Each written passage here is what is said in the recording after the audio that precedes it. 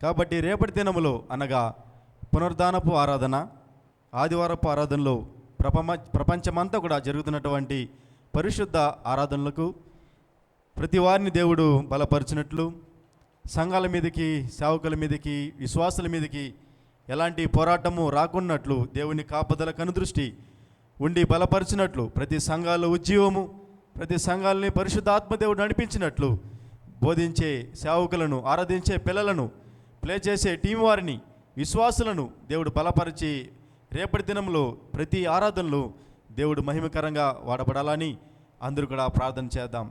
పరలోకపు తండ్రి, మీ పరిశుద్ధ పాదములకు వేలాది స్తోత్రం చెల్లిస్తున్నాం తండ్రి. విశేషంగా రేపటి దినము అనగా పునరుద్ధాన దినము, ఆదివారపు దినమును ప్రభా మేము ఆరాధిస్తుండగా ఆ దినమును ప్రభా మేము చూచుటకు మాకు కృపను, జీవమును దయచేయమని ప్రార్థన చేస్తున్నామనైనా.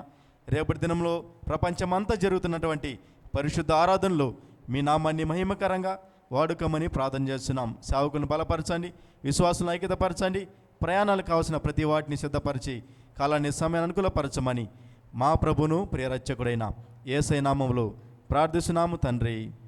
ఆమేన్, ఆమేన్.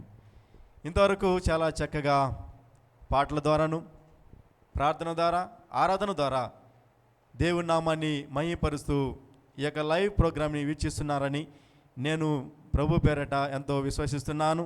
కాబట్టి దేవుని మహాకృపను బట్టి ఈ లైవ్ చూసిన మీరు దయచేసి మీ యొక్క సమస్యలను కామెంట్లో తెలియపరిచినట్లయితే రేపటి ఆరాధనలో మేము మీ యొక్క ప్రార్థన అంశాన్ని బట్టి, మీ సమస్యలను బట్టి ప్రార్థన చేయటకు మా టీము వారు, సంఘము ఎంతో ఆసక్తిగా ఎదురు చూస్తున్నది. దేవుడు ప్రార్థన ఆలకించేవాడు. కాబట్టి